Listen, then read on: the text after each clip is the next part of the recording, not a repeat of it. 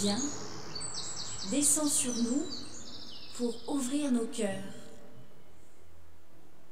qu'ils soient ainsi capables de se gorger de toi comme une éponge se gorge d'eau, afin de pouvoir vivre et de la redistribuer à ceux qui croiseront notre chemin. Amen. Et nous lisons dans le psaume 119, les versets 124 à 138. Agis envers moi, ton serviteur, selon ta fidélité. Apprends-moi tes prescriptions. Je suis ton serviteur, donne-moi l'intelligence pour que je connaisse tes préceptes. Il est temps que le Seigneur agisse, on viole ta loi. C'est pourquoi j'aime tes commandements, plus que l'or fin. C'est pourquoi en tout, je considère toutes tes directives comme droites. Je déteste toute voie de mensonge. Tes préceptes sont merveilleux, c'est pourquoi je les garde. La révélation de tes paroles est claire, elle donne de l'intelligence aux naïfs. J'ouvre la bouche et je soupire, car je suis avide de tes commandements. Tourne-toi vers moi et fais-moi grâce, selon ta règle à l'égard de ceux qui aiment ton nom. Affermis mes pas selon ce que tu as dit et ne laisse aucun mal se rendre maître de moi. Libère-moi de l'oppression des hommes, afin que j'observe tes directives.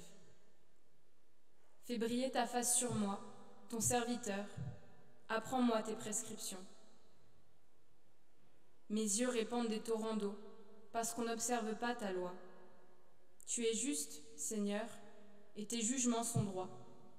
Tu as institué tes préceptes avec justice et une grande constance.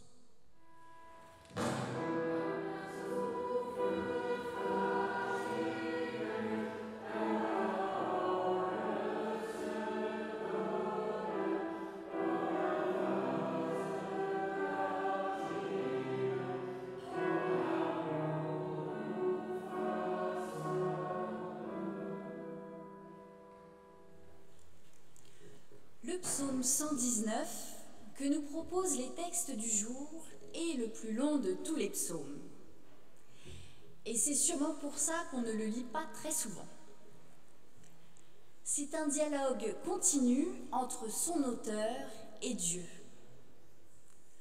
Un dialogue de tous les instants, de toute une vie de croyant. Ce psaume y fait plusieurs cycles qui vont et qui viennent, comme dans la vie, avec ses hauts et ses bas, ses moments de joie et ses moments de peine, dont la seule constance est la première phrase du psaume « Heureux, ceux qui sont intègres dans leur voie, ceux qui suivent la loi du Seigneur. » Pour le psalmiste, ceux qui suivent la voie du Seigneur sont vraiment heureux. Et aujourd'hui, je vous propose de voir en 4 points pourquoi. Le premier point, c'est cette affirmation « heureux », ceux qui sont intègres dans leur voie, ceux qui suivent la loi du Seigneur. Pour le croyant, la seule source d'un bonheur durable et vrai, c'est d'écouter le Seigneur. L'auteur compare le bonheur qu'il y a à avoir des richesses, de l'or, à celui de suivre et d'écouter Dieu. Pour lui, le résultat est sans appel. En comparaison, l'or n'est rien. Je ne sais pas si vous avez entendu la prédication de la semaine dernière que nous a offert Philippe. Mais dans cette prédication, il nous parlait notamment du jeune homme riche qui demande à Jésus ce qu'il doit faire de bon pour avoir la vie éternelle. Et Jésus lui répond que ce qui est bon est de suivre les commandements du Seigneur et s'il veut aller plus loin, de vendre tous ses biens pour avoir la vie.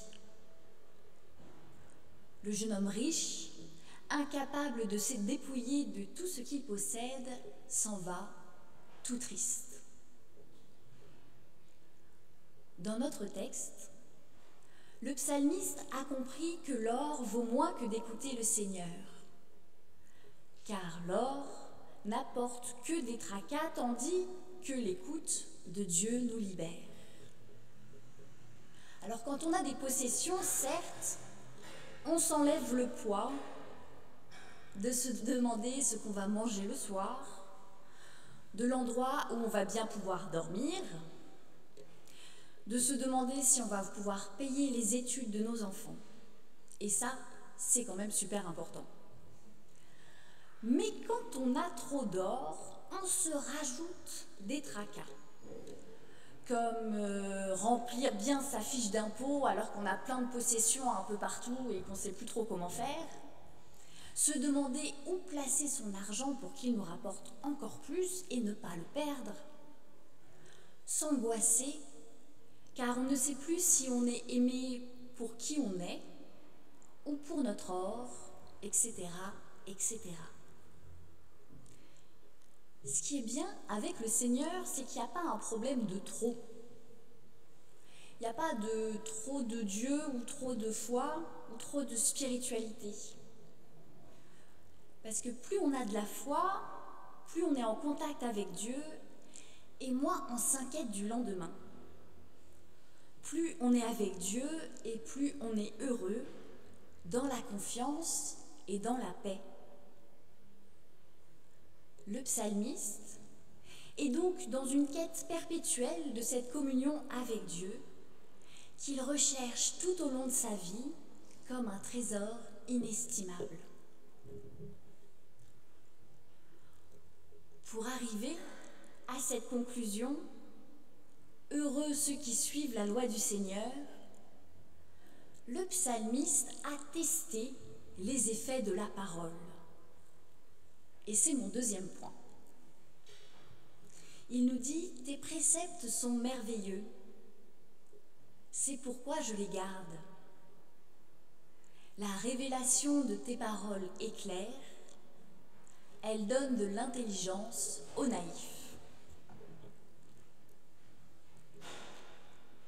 L'auteur ne croit pas en Dieu parce qu'on lui a dit d'y croire, ou parce qu'il est né dans une famille de croyants, mais parce qu'il a constaté qu'avoir la foi était bon pour lui.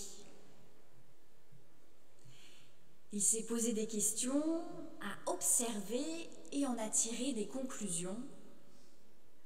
La parole de Dieu est claire et donne de l'intelligence. Elle est donc bénéfique dans notre vie. Je ne sais pas vous, mais moi souvent je me demande pourquoi je crois en Dieu. Et je n'ai pas trouvé la réponse à cette question. La foi m'est tombée dessus et je ne me l'explique pas. Mais par contre, j'ai trouvé mieux. J'ai trouvé pourquoi je continue de croire.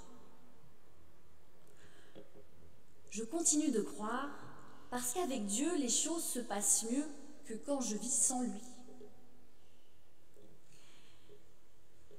Souvent, j'aime bien raconter aux jeunes du caté que Dieu, c'est pas un Dieu qui est loin de nous, mais un Dieu bien présent dans le quotidien de nos petites vies ordinaires.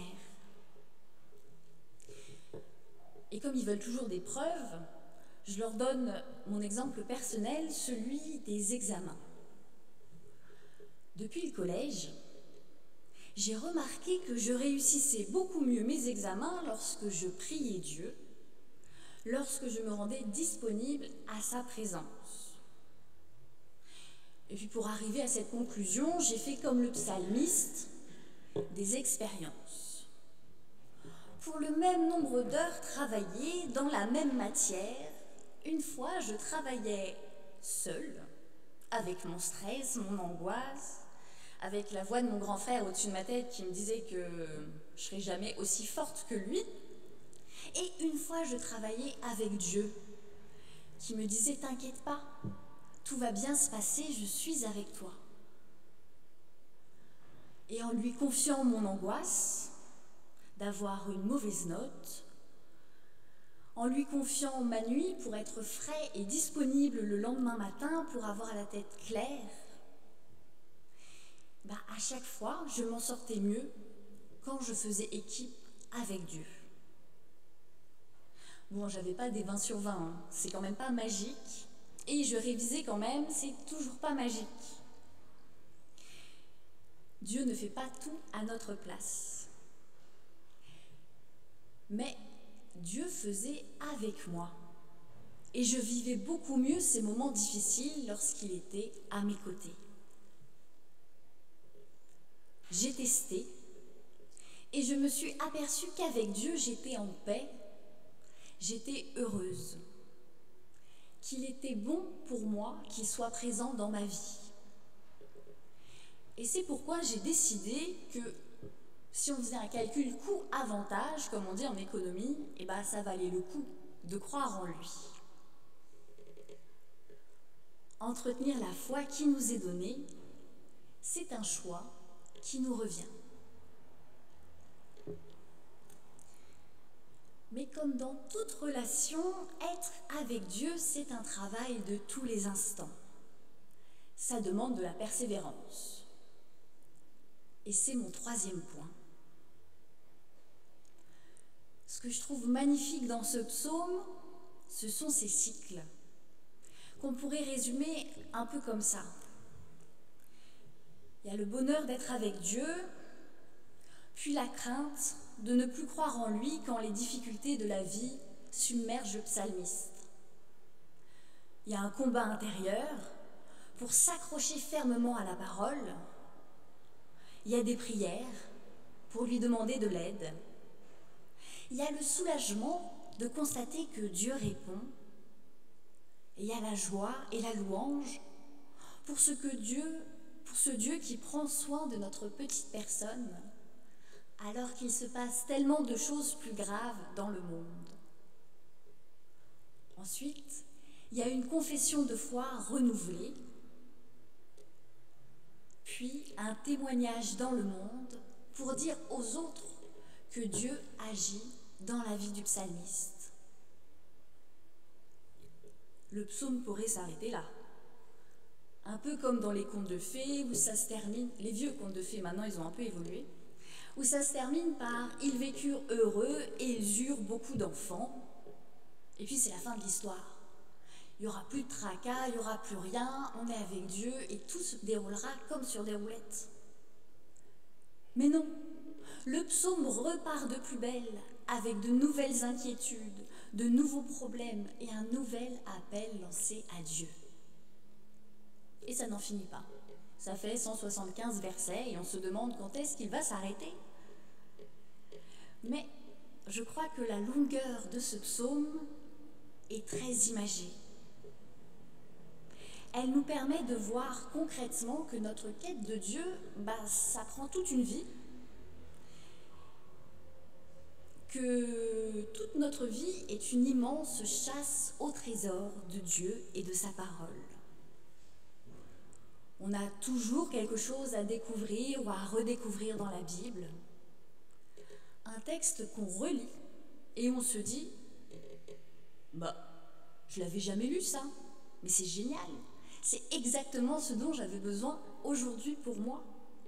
Incroyable que je ne l'ai pas vu plus tôt. » Chaque jour est une nouvelle quête de Dieu, car on a besoin de le rencontrer perpétuellement pour vivre apaisé et heureux. C'est pas du tout comme dans un vieux jeu vidéo où on s'arrêtait au niveau 100 et quand on avait atteint le niveau 100, on était juste indestructible et on n'avait plus rien à faire parce qu'on avait tapé tous les méchants et qu'on ne pouvait pas monter plus haut. Non, là, notre quête avec Dieu, écouter sa parole est sans fin. C'est un peu comme une plante en pot. La plante, on ne peut pas lui donner l'eau dont elle a besoin pour toute sa vie parce qu'elle finirait noyée. Il faut l'arroser régulièrement, y revenir régulièrement, en prendre soin. C'est comme dans une relation de couple ou dans une amitié. Ça s'entretient tous les jours par de petites attentions, des gestes, des paroles, et rien n'est jamais acquis. Et chaque nouvelle rencontre a le goût merveilleux d'une première fois. Quand on a trouvé un trésor comme celui-là, celui d'être avec Dieu et de constater que le bonheur et la paix que cela nous procure est juste incroyable, on a envie de le partager avec tout le monde, de le crier sur tous les toits, que tout le monde fasse comme nous et vive avec Dieu. Et là, patatras, on se confronte à une autre réalité. Tout le monde n'a pas envie de vivre avec Dieu. C'est mon 4e et dernier point. Le psalmiste nous dit « Libère-moi de l'oppression des hommes afin que j'observe tes directives. Fais briller ta face sur moi, ton serviteur, apprends-moi tes prescriptions. Mes yeux répandent des torrents d'eau parce qu'on n'observe pas ta loi. Mes yeux répandent des torrents d'eau. » En lisant cette phrase, j'ai immédiatement fait le parallèle avec les béatitudes. Heureux ceux qui pleurent, car ils seront consolés. La joie de connaître le Seigneur est intimement liée à la tristesse de constater que collectivement nous échouons à vivre dans la paix et dans le bonheur. Il y a un fossé entre ce qui pourrait être et ce qui est, et cela nous fait pleurer des torrents de larmes. Cependant, dirait Jésus, heureux sommes-nous de pleurer pour cette raison-là, de pleurer pour une cause juste, par amour pour les êtres vivants. Le psalmiste ne pleure pas sur lui-même en s'apitoyant de son sort. Il pleure sur celles et ceux qui sont perdus, errants sans Dieu, remplis de désirs futiles, tentant de combler un vide qu'aucun bien matériel ne peut remplir. Heureux sommes-nous lorsque nous pleurons pour les autres, car notre tristesse est teintée d'une espérance folle. Celle que Dieu œuvre malgré tout, à tout instant pour le bonheur et pour la vie de chaque être vivant. Espérance folle qu'un jour, toutes les nations de la terre reconnaîtront Dieu comme leur sauveur. En attendant, le psalmiste ne reste pas passif. Il s'accroche à la parole de Dieu comme à une bouée de sauvetage.